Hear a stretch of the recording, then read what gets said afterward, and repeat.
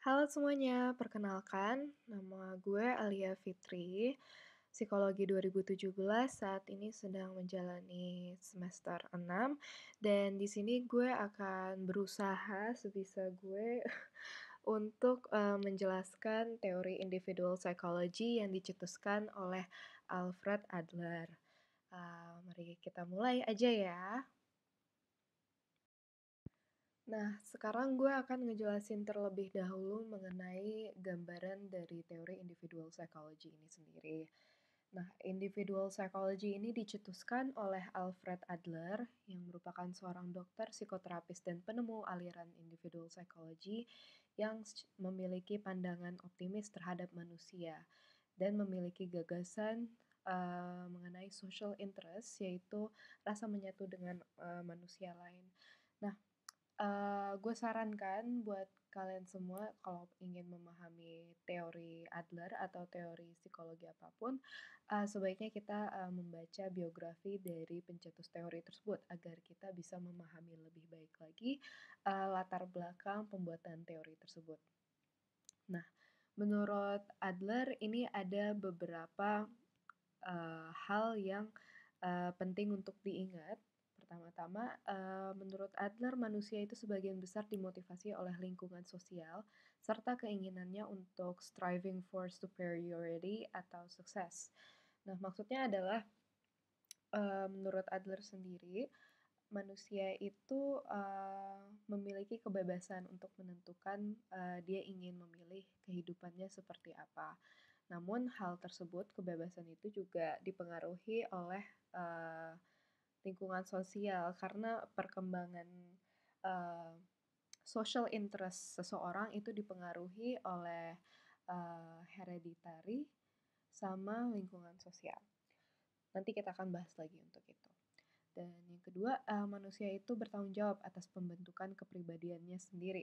Nanti juga dibahas lebih lanjut. Yang ketiga, tingkah laku manusia dibentuk oleh pandangan individu terhadap masa depannya. Yang keempat, individu yang sehat mental adalah individu yang sadar dan bertanggung jawab atas tindakan yang dilakukannya dan mengetahui alasan atau motivasi dari melakukan tindakannya. Jadi dia sadar ya melakukannya. Beda dengan Freud yang bilang bahwa tindakan itu uh, terjadi secara unconscious most of the time. Kalau Adler bilang bahwa sebuah tingkah laku itu dilakukan secara sadar, mostly conscious. Terus di sebelah kanan slide ini ada biografi singkat mengenai Adler. Nah, berikut adalah konsep-konsep individual psychology. Nanti kita akan mempelajari hampir semuanya. Jadi untuk aplikasi individual psychology itu akan secara sangat amat singkat didiskusikan. Sama related research itu menurut gue lebih baik dibaca sendiri. Kenapa? Karena di situ banyak mereka tuh banyak memberikan gambaran mengenai aplikasi teori Adler ini dalam penelitian-penelitian. Jadi menurut gue akan lebih bermanfaat jika teman-teman semua membacanya lebih lanjut dengan sendiri gitu dan serta berdiskusi dengan teman-teman lain mengenai hal tersebut. Berikut adalah 6 prinsip dalam teori individual psychology yang sebaiknya kalian pahami, bukan hanya ingat, tapi pahami juga. Yang pertama adalah kekuatan dinamis atau dynamic force di balik tingkah laku manusia adalah striving for success atau striving for superiority. Yang kedua, subjective perception yang dimiliki seseorang dapat membantu mereka membentuk tingkah laku dan kepribadiannya. Yang ketiga, kepribadian itu utuh dan konsisten dengan diri. Yang keempat, nilai atau makna, worth dari suatu aktivitas manusia harus dilihat dari sudut pandang social interest. Yang kelima, struktur kepribadian yang self-consistent berkembang menjadi style of life individu. Dan yang terakhir, style of life seseorang dibentuk dengan bantuan creative power yang dimiliki oleh individu. Pertama-tama gue mau minta maaf dulu kalau misalnya ada beberapa typo dalam penulisan slide ini. Nah, semua prinsip ini akan kita bahas di beberapa slide berikutnya dan gue berharap gue bisa menjelaskan lebih clear gitu mengenai konsep-konsep individual psychology Adler. Konsep striving for superiority ini membahas tentang dynamic force yang bertanggung jawab untuk motivasi manusia. Nah, kita semua lahir dalam keadaan yang lemah dan oleh karena itu dari keadaan yang lemah itu kita memiliki dorongan untuk mengatasi kelemahan atau inferiority tersebut. Sama seperti bayi yang lama-kelamaan sadar bahwa dia itu lemah, maka dia akan berusaha mengatasi kelemahannya dia dengan bergantung kepada orang tuanya terlebih dahulu. Nah, motivasi manusia itu katalisnya adalah inferiority atau kelemahan yang dirasakan oleh individual. Dan hal ini dapat memotivasi manusia untuk striving for success atau striving for superiority. Nah, individual yang sehat mental memiliki motivasi striving for success. Nah, striving for success ini, jadi dia tidak hanya mementingkan kesuksesan dirinya sendiri, akan tetapi dia juga memperhatikan kepentingan bersama yang baik untuk masyarakat di sekitarnya. Kalau Adler bilang all humanity. Nah, untuk individual yang psikopatologis, dia memiliki motivasi striving for superiority yang cenderung itu lebih ke kepentingan pribadi, tidak memedulikan kepentingan bersama. Kalau dibilang egois sih, ya bisa dibilang bahwa dia egois karena bisa dibilang orang-orang yang psikopatologis itu hidup di dalam dunianya sendiri dan berusaha untuk mencapai suatu tujuan agar membuat dirinya merasa lebih baik tanpa mempertimbangkan perasaan orang lain atau keadaan orang lain. Bisa jadi dia menggunakan orang lain sebagai stepping stones gitu agar dia bisa mencapai goalnya. Nah, perkembangan sumber motivasi bagi Adler itu lebih ke perkembangan istilah. Awalnya Adler tuh menganggap bahwa dynamic force di balik suatu motivasi manusia adalah agresi, akan tetapi dia kemudian mengubahnya ke masculine protest dan kemudian mengubahnya lagi ke striving for superiority versus success. Nah, dalam striving for superiority harus diketahui dong, manusia itu berusaha untuk mencapai apa sih sebenarnya. Nah, tujuan akhir dari setiap individu menurut Adler disebut dengan final goal. Akan tetapi final goal ini bersifat fiksi dan tidak memiliki keberadaan objektif. It's not really real gitu loh. Seperti kalau misalnya ya kita bicara scientifically, uh, emang surga sama neraka itu nyata kan kita nggak tahu. Tapi ide fiksi dari surga dan neraka itu membuat sebagian besar orang untuk mendorong dirinya untuk menjadi orang atau hamba yang lebih baik di depan Tuhannya agar dia bisa masuk ke surga yang telah dijanjikan oleh Tuhannya gitu. Nah, final goal ini berfungsi untuk menyatukan kepribadian dan menjadikan semua tingkah laku yang dimunculkan individu menjadi lebih mudah dipahami. Nah, final goal ini merupakan produk dari creative power, yaitu kemampuan individu untuk secara bebas membentuk tingkah lakunya serta menciptakan kepribadiannya sendiri. Kembali lagi gue tekankan bahwa Adler percaya bahwa manusia itu has a choice, dia memiliki pilihan mau membuat kehidupannya menjadi lebih baik atau malah menjadi lebih buruk. Final goal ini sudah ada ketika anak berusia 4-5 tahun. Dan final goal ini merupakan kompensasi, suatu bentuk kompensasi untuk mengatasi rasa inferior seseorang terhadap kelemahannya serta mengarahkan seseorang ke superiority atau sukses. Nah, pada neglected atau pampered children serta children with secure love, mereka memiliki orientasi yang berbeda ketika mereka membuat final goal mereka. Nah, untuk pampered sama neglected children, mereka biasanya tidak menyadari atau unconscious mengenai final goal yang mereka miliki. Jadi saat mereka menjadi dewasa, mereka menjadi individual yang dependent dan self-depreciating untuk yang pampered. Kalau neglected nanti akan kita bahas lebih lagi. Dan untuk yang secure love, karena dia sadar, dia in tune with their own personality and sadar akan tingkah lakunya, mereka tahu final goal yang ingin mereka capai itu apa, dan akan berusaha striving for success menuju final goal tersebut. Nah, dalam mencapai final goal ini, seseorang perlu menetapkan sub-goal yang realistis dan dapat dicapai. Dan sub-goal itu juga bertujuan untuk mendekatkan individual ke final goal yang telah mereka tetapkan. Nah, untuk striving force sendiri itu merupakan kompensasi bagi kita untuk menghadapi inferioritas yang kita miliki, maupun itu fisik atau perasaan. Nah, striving force ini dia bersifat bawaan, akan tetapi the nature of it atau sifat dari striving force serta arah perkembangan striving force tersebut disebabkan oleh feelings of inferiority dan goal of superiority versus success. Maksudnya goal of superiority versus success itu lu mau mencapai final goal itu dengan striving for superiority atau striving for success, dengan mempertimbangkan orang lain atau fokus pada diri lu sendiri. Nah, tanpa kecenderungan bawaan untuk bergerak menuju kesempurnaan, anak-anak tidak akan pernah merasa inferior. Akan tetapi, tanpa perasaan inferior itu, maka anak-anak tidak akan mampu untuk menetapkan apakah mereka mau striving for superiority atau striving for success.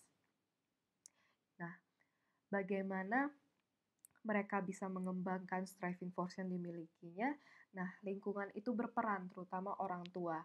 Nanti kita akan masuk ke pembahasan bahwa striving force ini juga dipengaruhi oleh social interest, dan social interest ini di foster atau dikembangkan oleh orang tua si anak tersebut. Nah, sub goal dan final goal itu dapat berbentuk apapun, yang penting berperan sebagai kompensasi untuk mengurangi rasa inferiority yang dimiliki oleh seseorang. Dan menurut Adler, definisi sukses itu tergantung dengan masing-masing individual. Nah, kekuatan dari creative power mungkin dipengaruhi oleh hereditary dan lingkungan. Akan tetapi, dia bertanggung jawab penuh atas kepribadian seseorang. Maksudnya adalah hereditary atau keturunan itu menetapkan potensi yang dimiliki oleh seseorang, sedangkan lingkungan itu berkontribusi terhadap perkembangan social interest dan keberanian seseorang, seperti lingkungan itu seperti orang tua. Nah, dorongan dari nature dan nurture itu tidak dapat mengurangi kekuatan seseorang untuk dapat menetapkan tujuan yang unik atau memilih suatu lifestyle yang unik yang dapat membantu mereka untuk meraih final goal tersebut atau sub goal tersebut. Nah, kembali lagi gue bahas, superiority itu tidak produktif untuk masyarakat sekitar. Dia lebih mengedepankan kepentingan pribadi, dan untuk sukses itu tidak hanya pribadi namun melibatkan kepentingan serta kebaikan untuk masyarakat sekitar. Striving for personal superiority itu disebabkan oleh inferiority complex dan bersifat self-centered. It's all about me. Dan kenapa it's all about me? Karena dia tuh berusaha untuk memperbaiki inferiority-nya tanpa mempertimbangkan orang lain.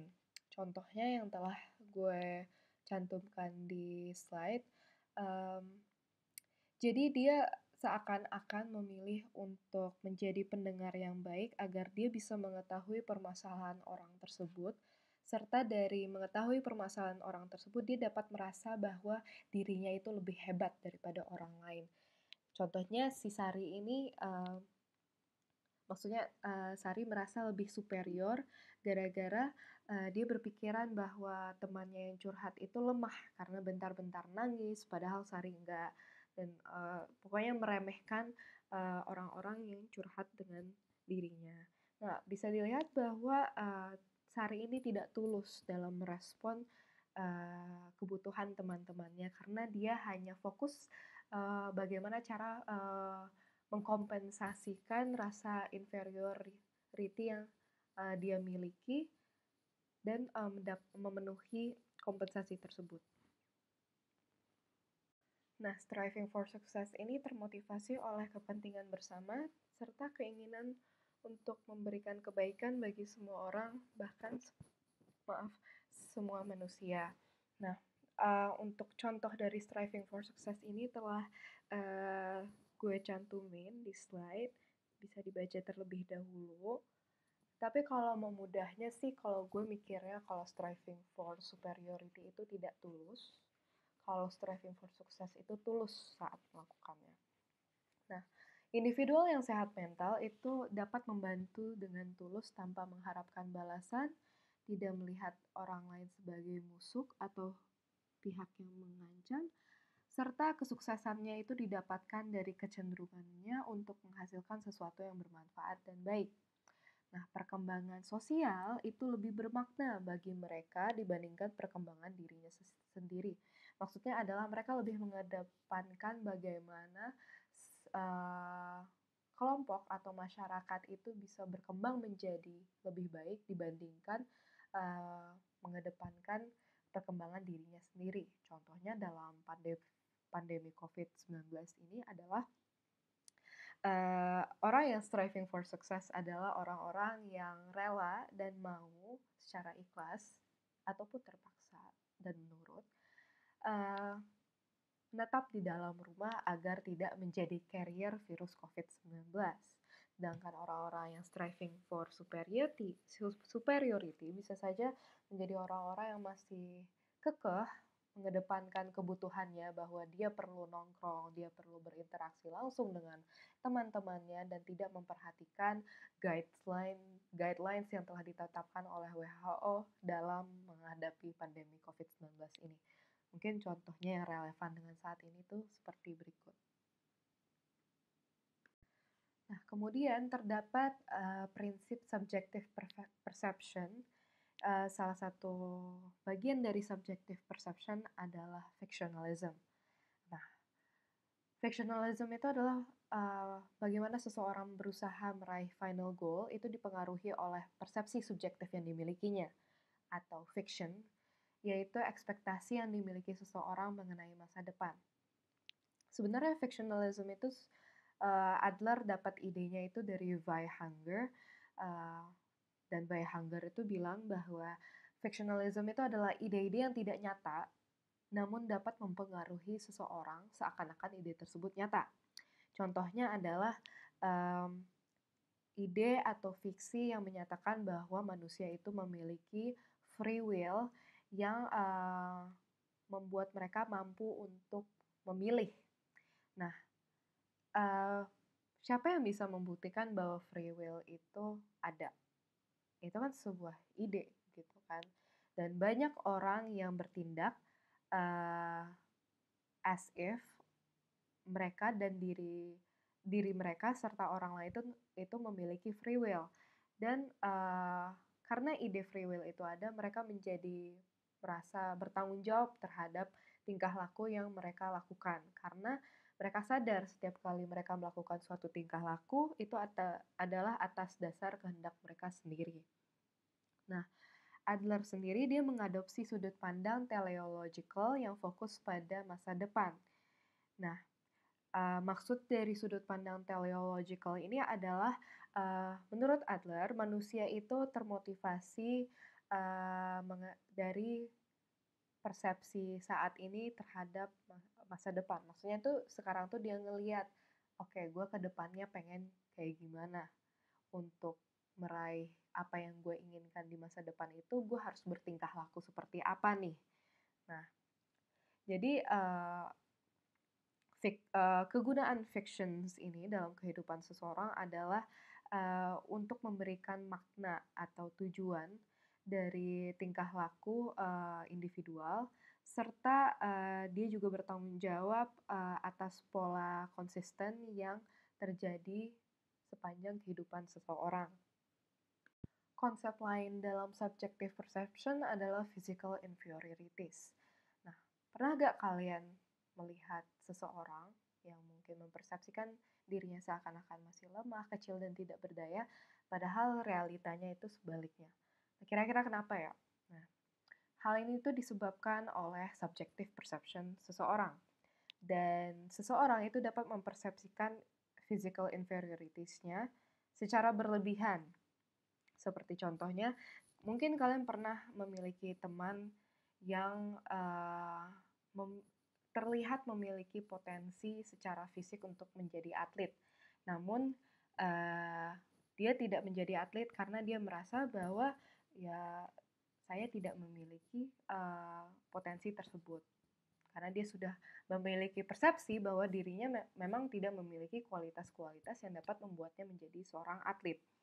Nah, inferioritas fisik itu merupakan salah satu faktor yang berperan untuk menimbulkan feelings of inferiority yang kemudian mendorong individu untuk striving toward success atau superiority. Jadi, kondisi fisik seperti misalnya bayi yang lemah, rentan, dan sangat bergantung kepada orang tua itu perasaan kondisi fisik tersebut menimbulkan perasaan feelings of inferiority yang kemudian menjadi katalis bagi bayi tersebut untuk striving for success atau superiority. Ya, untuk saat itu mereka striving dulu karena kembali lagi baru bisa memilih striving for success atau superiority itu ketika umur 4-5 tahun. Karena kan butuh creative power dalam menentukan mau sukses atau superiority. Nah, inferioritas fisik ini berfungsi sebagai motivasi sementara bagi individu untuk meraih tujuan di masa depan, bukan penyebab dari style of life. Style of life akan dibahas nanti, tapi spoiler alert, style of life itu disebabkan oleh kombinasi dari lingkungan, hereditas, serta creative power seseorang. Untuk konsep unity and self-consistency personality, menurut Adler, setiap individu itu unik dan tak terpisahkan. Oleh karena itu, tingkah laku inkonsisten itu tidak ada. Mengapa begitu? Karena menurut Adler, semua perasaan, pikiran, dan tingkah laku disebabkan oleh satu hal dan berperan untuk mencapai tujuan tunggal. Contohnya, kalau kalian melihat orang yang agak mencurigakan, tingkah lakunya agak berbeda dari biasanya, atau seolah-olah dia ingin mengelabui orang, ya itu bisa kalian lihat lagi bahwa ya mungkin sebenarnya orang tersebut tuh memiliki tujuan atau motif tertentu yang membuat dia bertingkah laku seperti itu. Nah, cara seseorang bisa memiliki kepribadian yang utuh dan konsisten dengan dirinya adalah melalui organ dialect dan sistem conscious dan unconscious. Nah, organ dialect ini mungkin agak tricky ya untuk dijelaskan, tapi intinya adalah yang dimaksud organ dialect dari Adler adalah ada beberapa saat di mana organ-organ tubuh kita itu berbicara lebih jelas, lebih komprehensif mengenai kondisi kita pada saat itu. Contohnya adalah kalau di buku ya, gue jujur nggak bisa kepikiran contoh yang lain, tapi kalau di buku itu disebutkan bahwa terdapat laki-laki yang menderita arthritis di tangannya. Jadi arthritis itu bikin sendi-sendi itu nyeri, sulit digerakkan. Nah, oleh karena itu, karena sendinya kaku dan kalau digerakkan nyeri, terus bentuknya juga berbeda. Nah, hal ini, kondisi fisik ini sangat berperan dalam bagaimana dia menjalankan kehidupan sehari-harinya. Karena tangannya itu kaku, sulit digerakkan, tentunya dia akan kesulitan menulis, kesulitan untuk mengetik, kesulitan untuk melakukan pekerjaan manual yang menggunakan tangan, dan kondisi tersebut itu seakan-akan memberitahu orang lain tanpa laki-laki itu harus ngomong secara verbal. Nah, kondisi tersebut tuh seakan-akan memberitahukan orang lain bahwa lihatlah kondisi tangan gue sekarang gak bisa ngapa-ngapain, gue butuh bantuan orang lain untuk mengerjakan pekerjaan-pekerjaan sederhana. Oleh karena itu Jangan harapkan banyak hal dari gue karena gue tidak mampu melakukannya. Oleh karena pesan tersebut itu dipersepsikan oleh orang lain melalui uh, organ-organ tubuhnya, yaitu organ dialeknya. Seakan-akan organ tubuhnya tuh berdialog dengan orang di lingkungan eksternal laki-laki tersebut uh, untuk menyampaikan bahwa laki-laki tersebut tuh ingin diberikan simpati, diberikan pengertian bahwa ya tolong gue nggak memiliki kemampuan untuk melakukan hal-hal yang melibatkan tangan seperti mengetik dan lain-lain. Nah, selain organ dialect itu ada conscious dan unconscious. Kalau di Freud kan conscious dan unconscious itu sangat terpisahkan ya. Nah, tapi menurut Adler, conscious dan unconscious itu tidak bersifat dikotomi, akan tetapi itu merupakan dua sistem yang saling berinteraksi dengan satu sama lain untuk membantu individu mencapai tujuannya. Kembali lagi kita ingat, setiap individu memiliki creative power.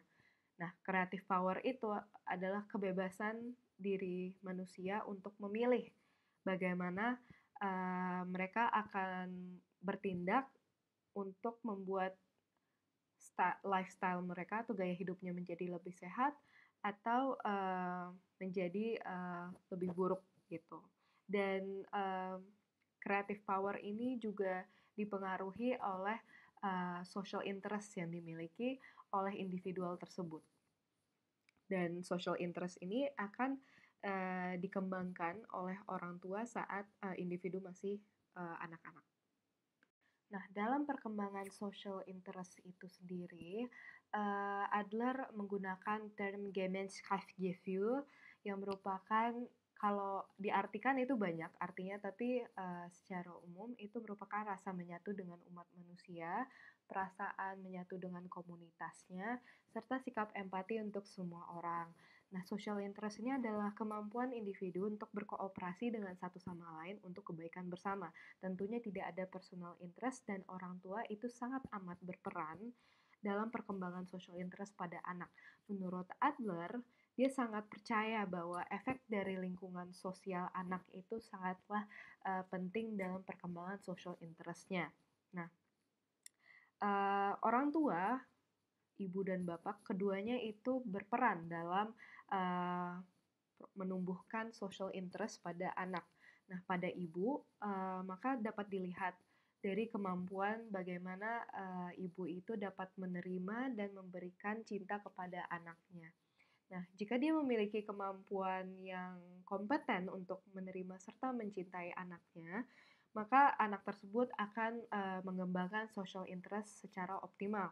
Akan tetapi jika ia memilih untuk lebih mencintai anaknya dibandingkan mencintai suaminya dan lingkungan lainnya, maka anak tersebut akan berkembang menjadi anak yang dimanja atau pampered, dan anak itu akan berkembang menjadi individual yang neurotik.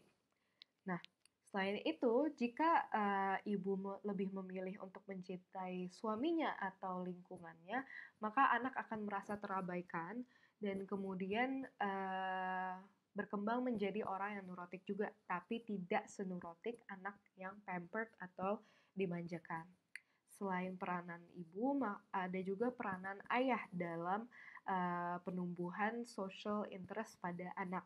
Nah, ayah yang ideal adalah ayah yang dapat mendemonstrasikan kepedulian terhadap istri dan orang lain di luar keluarga tersebut, dan menghindari emotional detachment serta tingkah laku otoriter terhadap anak. Bisa dilihat bahwa banyak, mungkin sebagian besar ayah berpikiran bahwa ya mereka tidak terlalu berperan dalam raising a child atau dalam apa sih, raising a child, you know, right? Ya, tidak begitu berperan dalam proses tumbuh kembangnya anak sehari-hari. Akan tetapi anak yang merasa bahwa ayahnya itu emotionally detached dengan dirinya akan merasa terabaikan dan kemudian mengembangkan hubungan yang parasitik dengan ibunya. Jadi dia terlalu dependent dengan ibunya untuk memenuhi kebutuhan emosionalnya karena dia tidak mendapatkan kebutuhan emosional itu dari ayahnya. Nah, kemudian anak tersebut akan berkembang menjadi individual yang akan berusaha untuk striving for superiority untuk mengatasi rasa kurangnya emotional attachment dengan orang-orang tersebut, orang lain maksudnya. Dan untuk tingkah laku otoriter, jika anak merasakan tingkah laku otoriter dari ayah, maka dia akan merasa semakin inferior dan kemudian ke depannya akan tumbuh kembang menjadi individual yang ingin mengatasi rasa inferior itu dengan memiliki kekuasaan atau power terhadap orang lain. Jadi dia striving for superiority juga tapi dalam aspek power. Nah, kalau style of life ini Adler menyebutkannya sebagai flavor atau bumbu dari kehidupan ini yang terdiri dari tujuan, konsep diri, perasaan untuk individual lain, dan sikap terhadap dunia. Nah, orang yang memiliki lifestyle yang sehat dan berguna secara sosial itu mengekspresikan social interest mereka melalui tindakan. Jadi mereka secara aktif itu berusaha dan struggle untuk menyelesaikan 3 permasalahan hidup utama, yaitu neighborly love, sexual love, dan occupation. Nah, menurut Adler 3 permasalahan hidup itu harus diselesaikan secara aktif.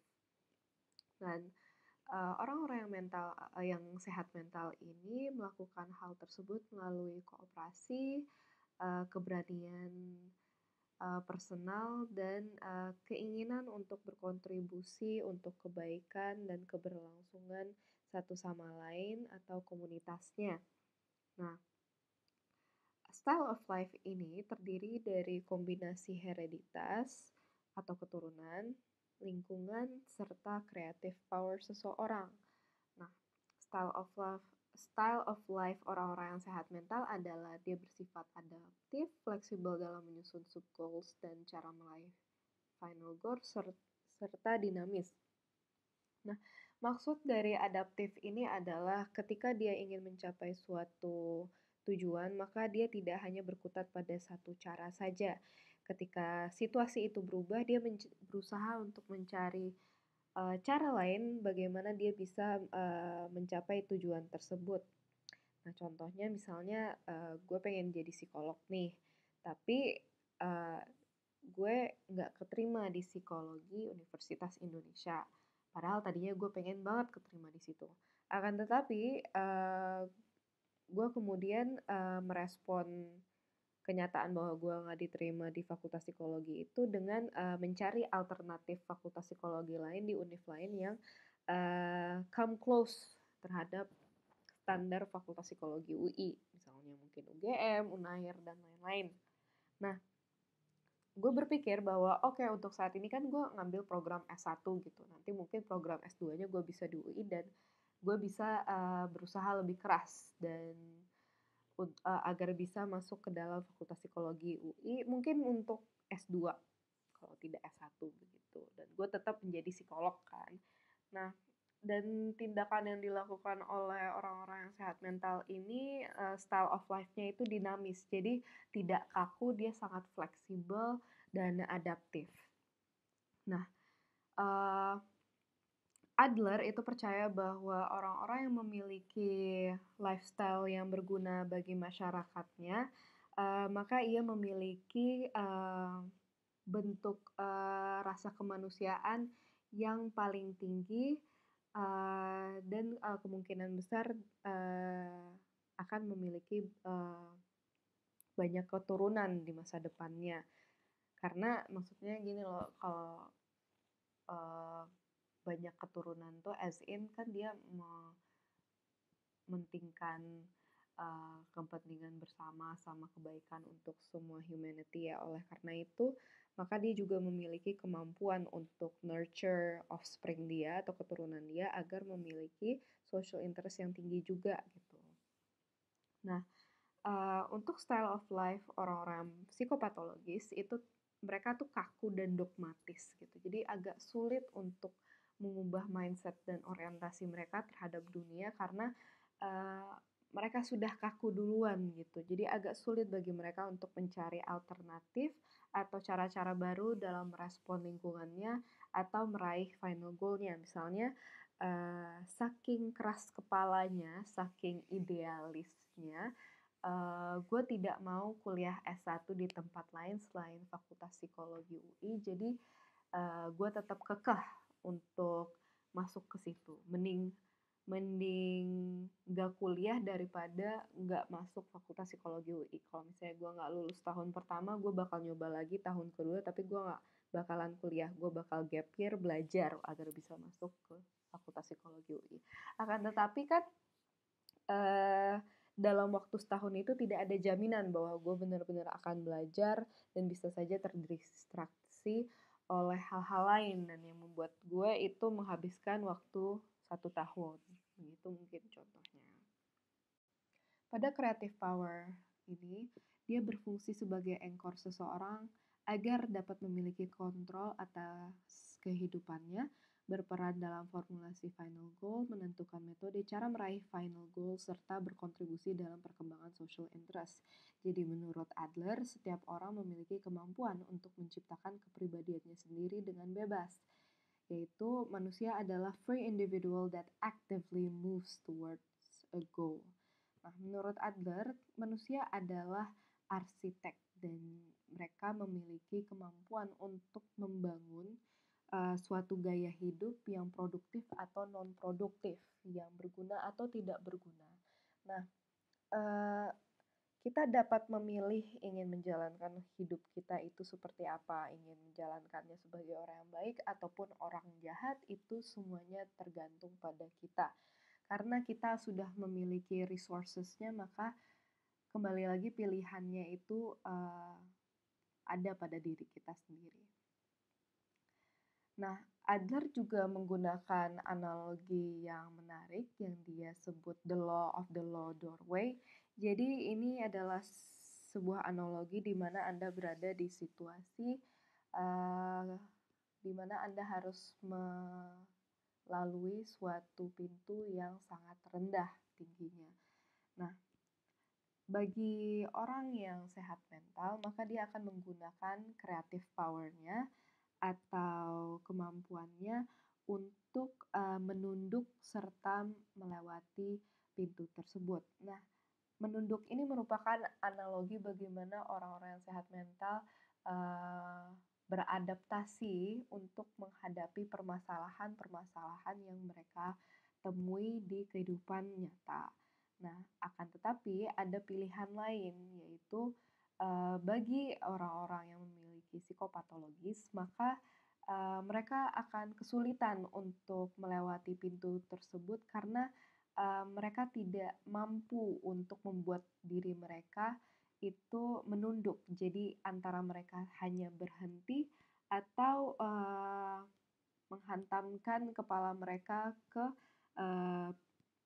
frame door itu berkali-kali hingga akhirnya mungkin bisa melewati frame door itu, doorway itu.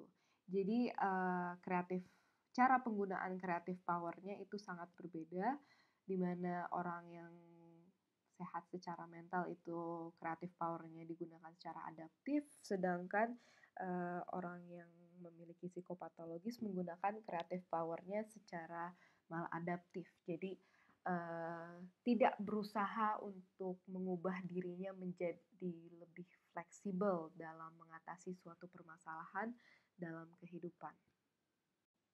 Nah, setelah itu ada abnormal development.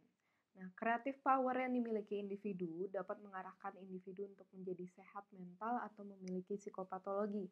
So you have a choice whether or not you want to live a good life or not. Nah, menurut Adler, penyebab utama psikopatologi adalah social interest yang tidak dikembangkan. Nah, ciri-ciri orang yang neurotik adalah dia membuat goal yang terlalu tinggi dan tidak realistis. Akan tetapi karena dia membuat pencapaian atau tujuan yang terlalu tinggi dan tidak realistis, itu membuat dia semakin dogmatis dalam cara bagaimana dia akan mencapai tujuan tersebut.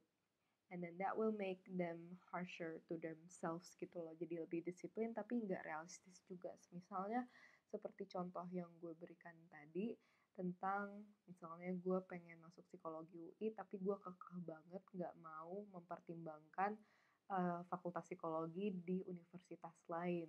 Dan pada akhirnya bisa saja gue nggak kuliah samsek karena gue sebenar-benar keras kepala itu. Dan yang kedua, hidup dalam dunianya sendiri. Maksudnya adalah mereka tidak memiliki, bukan tidak memiliki sih, mereka lebih memilih untuk hidup dalam dunianya sendiri. Jadi tidak begitu mempertimbangkan kepentingan orang banyak. Dan yang ketiga, memiliki gaya hidup yang kaku dan dogmatis. Nah, ini membuat individual tersebut menjadi sangat kaku ketika merespon atau menghadapi suatu permasalahan dalam kehidupan.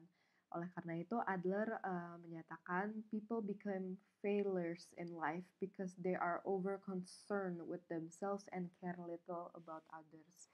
Ketika lu terlalu fokus pada diri lu sendiri, lu kadang lupa tentang hal-hal bermakna yang berada di sekitar diri lu seperti teman, keluarga, dan lain-lain. Ketika lu fokus pada diri lu sendiri, lu jadi lupa gitu loh bahwa lu sebagai individual pun masih membutuhkan orang-orang di sekitar lu. Tetapi karena lu mendorong mereka untuk tidak involve di dalam kehidupan lu, lu menjadi tidak mendapatkan feedback, tidak mendapatkan perspektif lain ketika sedang berhadapan dengan suatu permasalahan hidup. Untuk abnormal development itu juga ada faktor eksternal maladaptasi. Dan faktor eksternal maladaptasi ini disebabkan oleh physical deficiency yang dilebih-lebihkan, yaitu diikuti oleh rasa inferior yang berlebihan, dan ini biasanya dimiliki oleh orang-orang yang neurotik. Jadi mereka itu cenderung untuk terlalu fokus atau khawatir terkait dirinya sendiri dan tidak begitu memperhatikan orang lain. Jadi mereka merasa bahwa seakan-akan semua permasalahan di dunia ini harus diselesaikan dalam cara yang menguntungkan mereka sendiri atau dalam cara yang egois. Dan kemudian ada gaya hidup yang dimanja atau pampered lifestyle, dan ini menghasilkan banyak individual yang neurotik. Jadi anak-anak yang hidup dimanja oleh orang tuanya, mereka cenderung untuk memiliki ekspektasi bahwa orang lain itu harus memperhatikan mereka, harus melindungi mereka, dan harus memenuhi kebutuhan mereka.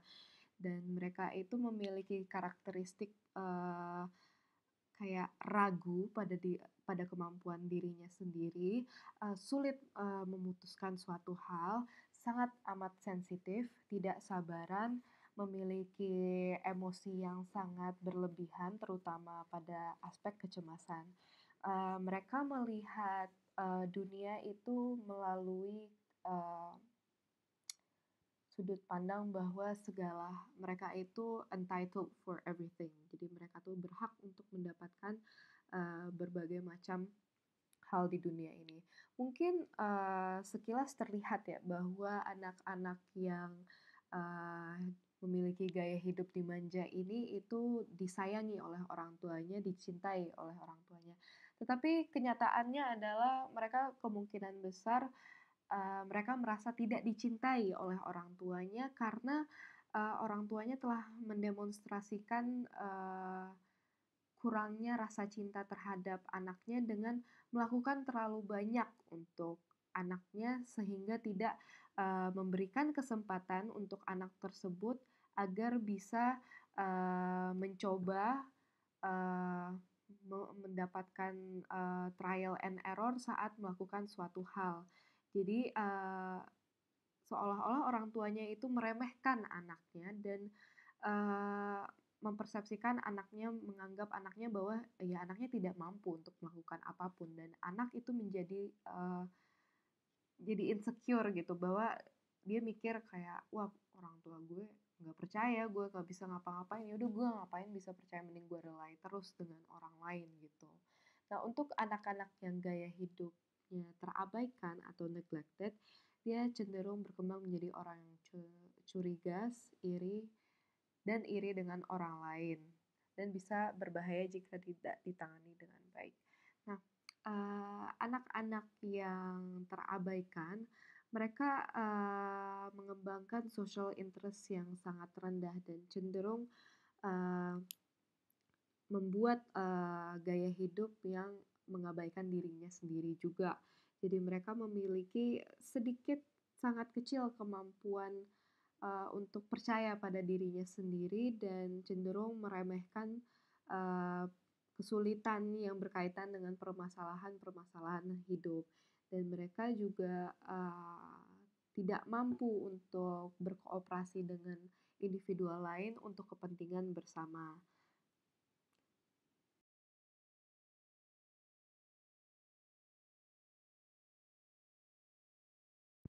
Nah, untuk, safeguarding tendencies dalam abnormal development, safeguarding tendency itu bisa dibilang mirip dengan coping mechanism Freud, tapi safeguarding tendency itu adalah pola tingkah laku yang dikembangkan individu untuk melindungi self-esteemnya dari dipermalukan oleh orang lain dan hal ini dilakukan secara aktif dan dimiliki dengan orang-orang yang memiliki gejala-gejala neurotik.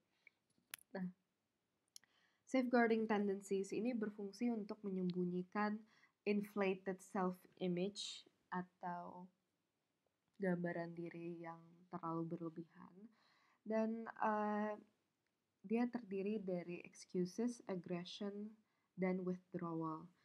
Nah, ini akan dibahas berikutnya.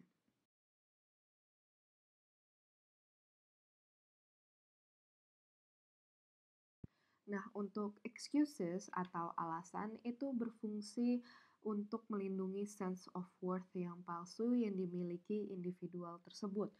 Dan biasanya orang beralasan dengan menggunakan, "Tapi kan, gini-gini," atau enggak, "Ya mau gimana lagi, kan gue udah ini, tapi gara-gara itu jadi nggak bisa."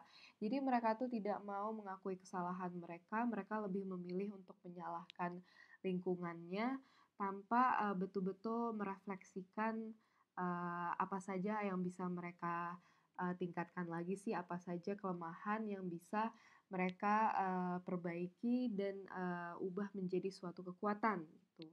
Dan, alasan ini itu, bertujuan untuk, mmm, menipu orang lain untuk berpikir bahwa, mmm, individual yang beralasan itu lebih superior daripada dia yang aslinya.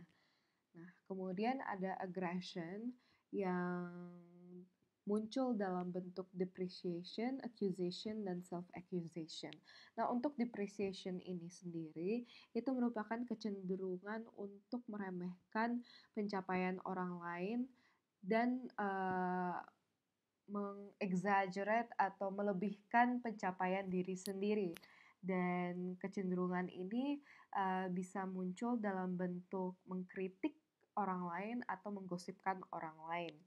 Dan untuk accusation itu kecenderungan untuk menyalahkan orang lain atas kesalahan diri sendiri atau untuk mencari balas dendam terhadap suatu hal. Dan untuk self accusation itu merupakan kecenderungan untuk menyiksa diri sendiri dan menimbulkan rasa bersalah di orang lain.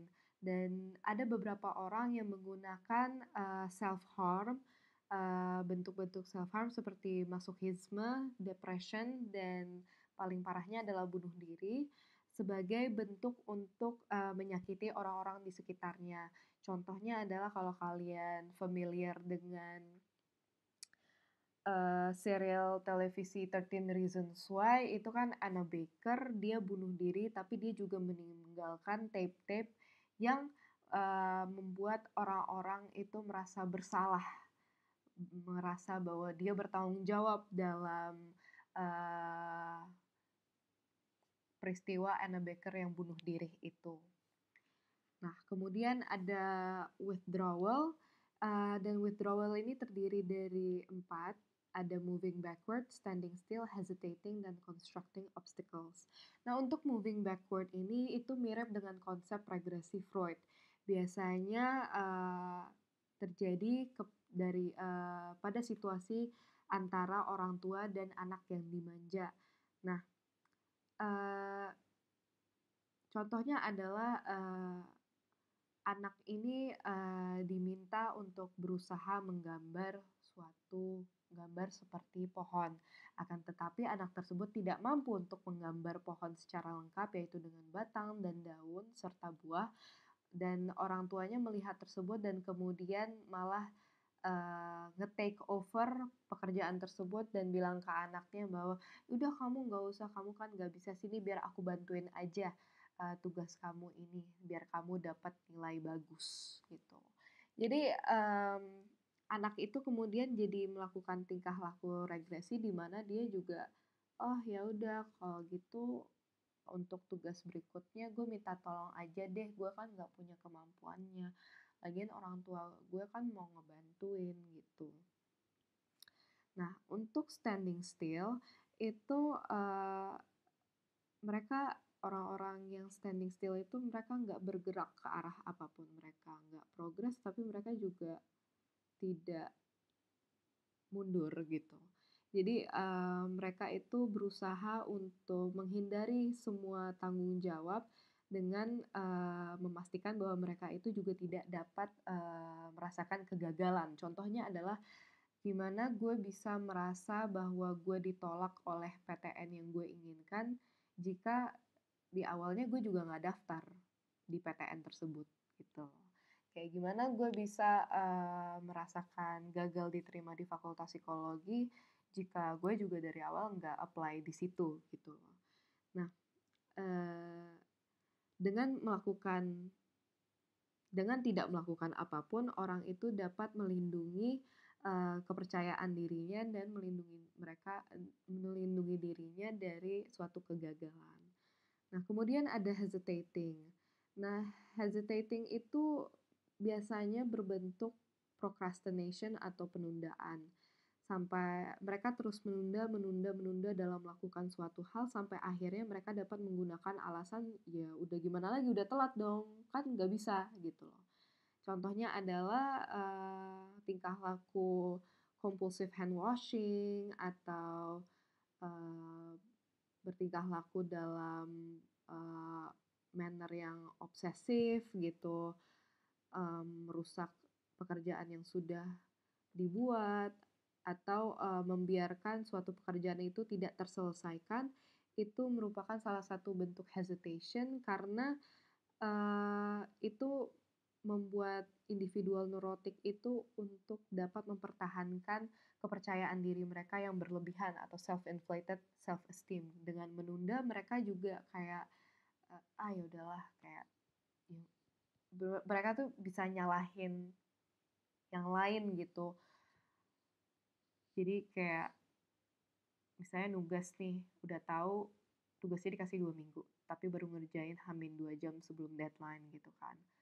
Lu bilang kepada orang-orang lu udah berusaha. That's your inflated self-esteem. Tapi nyata kan enggak. Tapi orang taunya kan itu. Nah terus ya dalam 2 jam nggak, lu ngumpulin tapi ini nggak selesai gitu. Jadi lu menyalahkan bahwa ya mau gimana lagi, deadline gue banyak, ini, itu. Jadi kayak udahlah banyak alasan, uh, punya inflated self-worth, dan kenyataannya pun ya dia juga tidak berusaha dan malah menunda kan, procrastination. Terus ada constructing obstacles. Nah, beberapa orang itu seakan-akan membuat suatu halangan bagi mereka untuk mencapai suatu hal. Jadi dan mereka memperlihatkan halangan atau rintangan tersebut kepada orang lain untuk membuat orang lain berpikir bahwa ketika mereka bisa melewati rintangan tersebut, mereka individual itu sangat hebat gitu, kayak keren banget, gila gitu kan. Tapi kalau misalnya individual itu gagal untuk melewati rintangan tersebut, maka orang lain pun juga paham kenapa mereka enggak bisa melakukan tersebut gitu. Jadi kayak ada alasannya kenapa individual tersebut tidak dapat mencapai suatu hal. Nah, contohnya tuh kayak gini, misalnya uh, lu membuat diri lu seakan-akan memiliki banyak deadline dan kemudian lu menuliskan deadline tersebut dan ngepostnya di Instastory.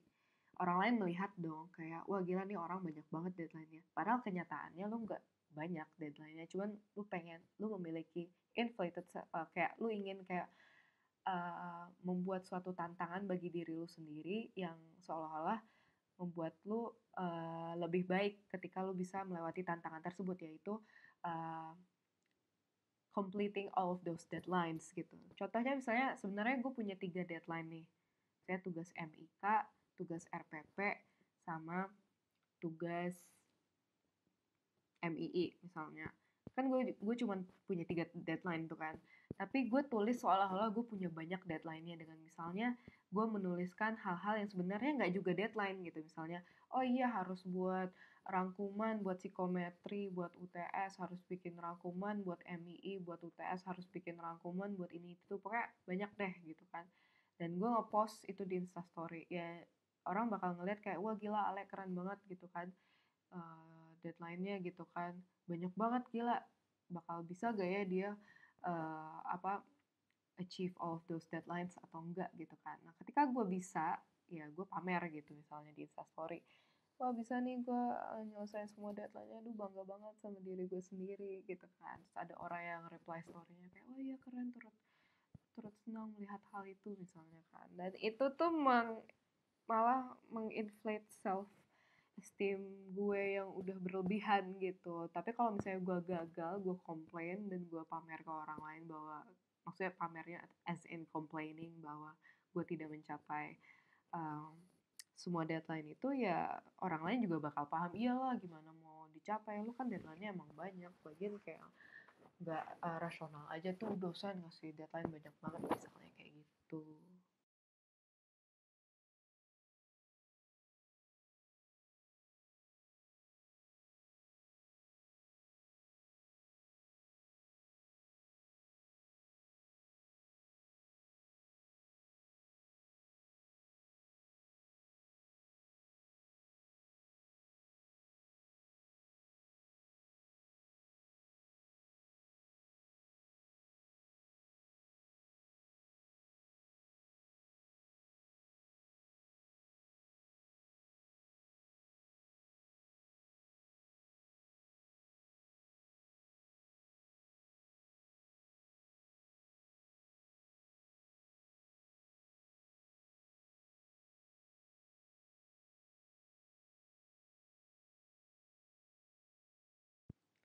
Nah, menurut Adler, masculine protest adalah kondisi ketika budaya dan praktik sosial mempengaruhi bagaimana pria dan wanita selalu menekankan betapa pentingnya untuk menjadi jantan. Nah, hal ini menyebabkan adanya gender roles dalam society. Contohnya adalah laki-laki itu diharapkan untuk menjadi kuat, tangguh, tahan banting, gak boleh nangis, nangis itu tanda kelemahan, pokoknya tidak boleh memperlihatkan tanda-tanda kelemahan sama sekali, dan harus bisa melindungi orang yang lebih muda, wanita, dan orang yang lebih tua. Sedangkan wanita itu diharapkan oleh masyarakat uh, untuk hanya tinggal di rumah saja, mengurus rumah, mengurus anak, dan mengurus suami. Udah itu saja kehidupanmu, lu di dapur aja, masak kek, nyuci baju kek, terserah, pokoknya di rumah aja. Nah, hal ini menyebabkan beberapa wanita untuk melawan peranan gender tersebut dan mengembangkan orientasi maskulin sehingga mereka menjadi asertif dan kompetitif. Tapi ada juga perempuan lain yang memilih untuk menjadi pasif saja. Jadi mereka merasa semakin tidak berdaya dan semakin patuh kepada tuntutan masyarakat yang menuntut mereka untuk ya udah kamu di rumah aja jadi ibu rumah tangga gitu. Nah, jadi itu dapat membuat orang lain tuh berpikir bahwa wanita itu adalah uh, manusia yang lebih inferior dengan uh, mengaknowledge, mengakui uh, bahwa ya men can get whatever they want in the society. Like if you're born a guy, you're already entitled to so many things in this society, and it is so different for girls because we have to work hard for the things that we actually want without getting judged by society. Nah, ini juga sangat dipengaruhi oleh uh, budaya serta pengaruh sosial dan bukanlah merupakan bawaan secara psikologis gitu. Karena menurut Adler, wanita sama laki-laki itu memiliki kebutuhan fisiologis serta psikologis yang hampir sama, tidak jauh berbeda. Sedangkan kalau Freud dia uh, pernah bilang bahwa autonomy is destiny, bahwa women is what is women gitu loh. Nah ini akan dibahas di slide selanjutnya.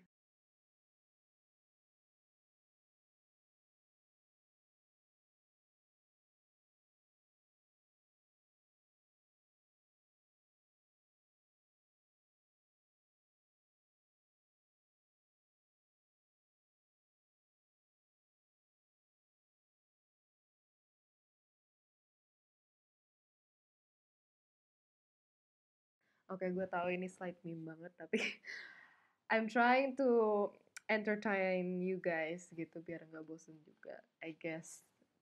Tapi kayaknya udah bosen, tapi kayak ya udahlah, I tried my best. Anyways, intermezzo. Nah, jadi dalam menyikapi masculine protest ini, Adler itu mengambil stance feminis. Jadi dia senang ketika wanita itu bisa menjadi individual yang sangat independen dan tidak tunduk terhadap tuntutan masyarakat. Jadi dia memilih untuk striving for success dengan cara yang adaptif gitu loh. Jadi kayak dia senang melihat orang-orang bisa menggunakan creative power-nya untuk memilih kehidupan apa yang ingin mereka tekuni gitu. Nah, atau jalani gitu. Nah, sedangkan Freud dia itu memandang bahwa ya anatomy is destiny, wanita itu inferior dibandingkan laki-laki. Karena ya kalau udah dibahas Freud kan ada penis envy lah dan lain-lain gitu kan. Nah, Freud itu sampai akhir hayatnya tuh masih bingung what does a woman want, sedangkan Adler tuh berasumsi bahwa ya karena wanita dan laki-laki memiliki kebutuhan fisiologis dan psikologis yang sama, a woman want more or less the same things than that men want gitu. Dan perbedaan pandangan terhadap feminisme ini semakin ketara ketika melihat wanita yang dinikahi oleh kedua pria ini. Kalau Martha Bernays, istrinya Freud, dia merupakan ibu rumah tangga yang sangat patuh dan berdedikasi dalam mengurus rumah, anak, dan suaminya. Dan dia tidak memiliki banyak ketertarikan terhadap pekerjaan suaminya. Nah, perbedaannya adalah Raisa Epstein, istrinya Adler, itu merupakan wanita yang sangat amat independen yang menolak untuk menjalani peranan ibu rumah tangga yang merupakan the traditional gender role for a woman, dan dia memilih untuk menjalani karir di dunia politik. Nah, pada awal-awalnya ya Si Raisa sama Adler ini memiliki, orientasi politik atau pandangan politik yang sama, tapi lama-kelamaan, menjadi berbeda ketika, Adler lebih support, pandangan terhadap kapitalis dan si Raisa mulai, eee, memiliki pandangan politik komunis gitu. Akan tetapi, Adler tuh tetap, bangga dengan istrinya karena, memiliki, tekad yang sangat kuat gitu untuk, menjalani apa yang, dia passionate about gitu. Nah, untuk aplikasi individual psychology sendiri itu ada 4, ada family constellations, early recollection, dreams, dan psychotherapy. Nah, untuk family constellation itu Adler ingin melihat hubungan social interest dengan birth order dalam keluarga itu. Nah, gue sangat menyarankan kalian untuk membaca bukunya karena di situ sangat detail dijelaskannya. Dan kemudian ada early recollections. Inti dari early recollections adalah kita dapat mengetahui atau memiliki gambaran mengenai kepribadian serta style of life seseorang dengan melihat bagaimana dia menceritakan ingatan yang ingatan dia yang paling awal, early recollections of memory. Seperti contohnya orang yang cenderung pencemas akan menceritakan memori-memori uh, early recollections-nya yang bersifat fearful atau menakutkan gitu. Dan kemudian ada dreams itu dapat kalian baca juga di buku, serta ada psikoterapi. Nah, kalau psikoterapi ini menurut Adler psikopatologi itu muncul akibat kurangnya keberanian dari diri seseorang dalam menghadapi tantangan hidup. Dan yang kedua, perasaan inferiority yang berlebihan, serta kurangnya social interest. Oleh karena itu, tiga masalah ini menjadi landasan dari psikoterapi Adler. Jadi psikoterapi Adler itu bertujuan untuk meningkatkan keberanian seseorang untuk menghadapi permasalahan hidup, mengurangi rasa inferioritas yang berlebihan, serta meningkatkan social interest pada klien-kliennya. Dan hubungan antara terapis dan klien dalam praktik psikoterapi Adler ini adalah nurturing dan permisif.